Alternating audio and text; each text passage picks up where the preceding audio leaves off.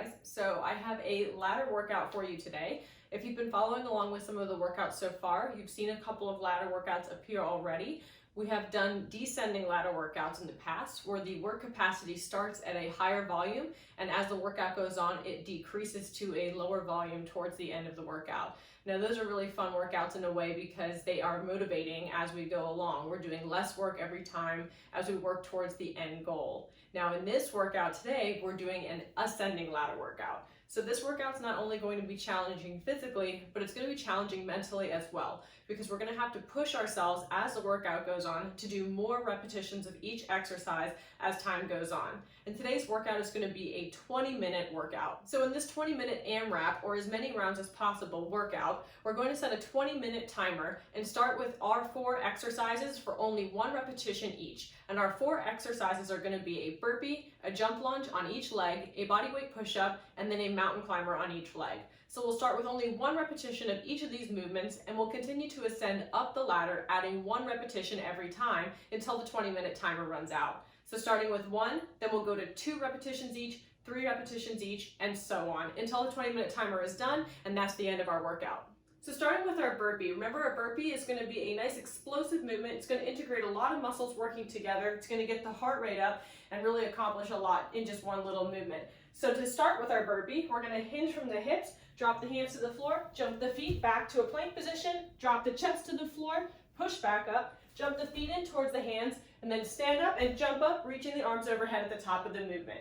Now I'm going to show you a couple more in a nice fluid fashion.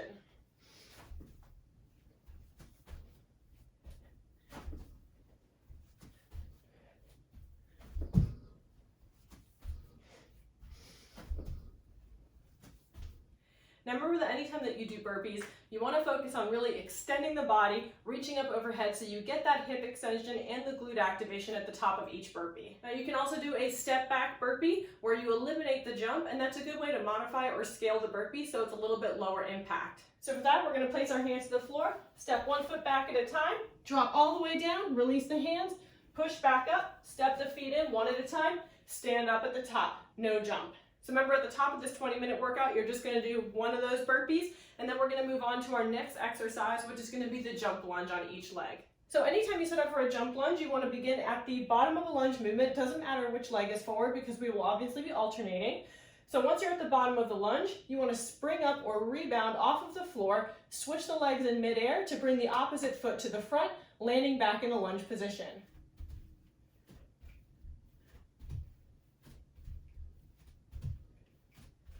Now jump lunges, like burpees, are a really high explosive exercise that are going to get the heart rate up and integrate a lot of muscles at once, particularly for the core and the lower body.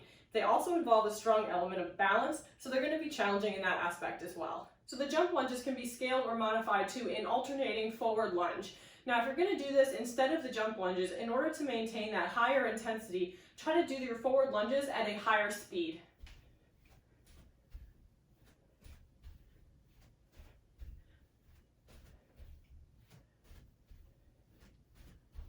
Now remember that with lunges or even jumping lunges, you always want to make sure you maintain proper upper body posture. So the shoulders should stay stacked over the hips, and you shouldn't be leaning into or out of the lunges with the upper body. Now again, we're going to start just with 1 repetition on each leg at the start of the workout, and then we're going to move on to our 3rd exercise in the circuit, which is going to be our bodyweight push-up. So to set up for our push-up position, we want to arrive at a plank position on the palms with the hands aligned under the shoulders. Make sure your body is nice and straight before you bend the elbows to lower the chest to the floor, and push back up till the elbows are fully extended, and then repeat for the number of repetitions that you're doing based on where you are in the circuit. Now remember, you can also do a kneeling push-up as well. Just make sure that your upper portion of your body from your hips to your neck remain in a nice straight line. Now bodyweight push-ups are great movements to incorporate in lots of different workouts because not only do they do a great job at training the upper body, the chest, the shoulders, and the upper back, as well as the core, but they really practice a good functional movement, integrating a lot of the parts of our body working together at once to keep us in that nice stable alignment as we perform the movement. So after you do your 1 single push-up at the start of the workout, we're going to move on to our 4th and final exercise, which is going to be a mountain climber on each leg. So to set up for our mountain climber, we're actually going to transition right from our push-up position, stay in that same alignment, so the palms should be aligned under the shoulders, and then we're going to alternate bringing one knee underneath the lower abs at a rapid pace followed by the other. So it's going to go 1, 2. If you're doing more repetitions, if you're further in the workout, you're going to cycle that alternating movement with the legs repeatedly for the given number of repetitions.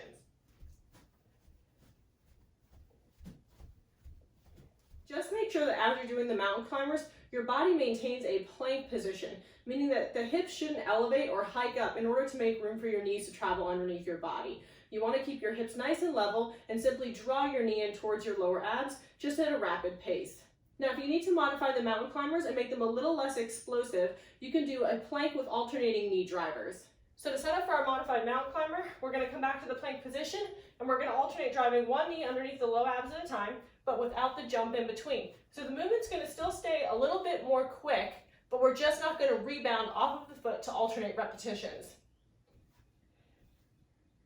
So the mountain climber is going to be a great way to get the core, the lower abdominals in particular, fired up for the workout, and also continue to practice that shoulder stability while we're maintaining that plank-like position right after doing those push-ups. So after you finish your single mountain climber on each leg at the top of the workout, you're going to go back to the beginning with your burpee and increase to 2 repetitions, cycling through all 4 exercises again at that number of repetitions. Remember to keep an eye on your timer. Try to keep moving throughout the entire workout, taking as little break as possible to really push your intensity and make it challenging for yourself. Don't forget those modifications or scaling options if and when you need them through the workout, but most importantly, don't forget to have fun.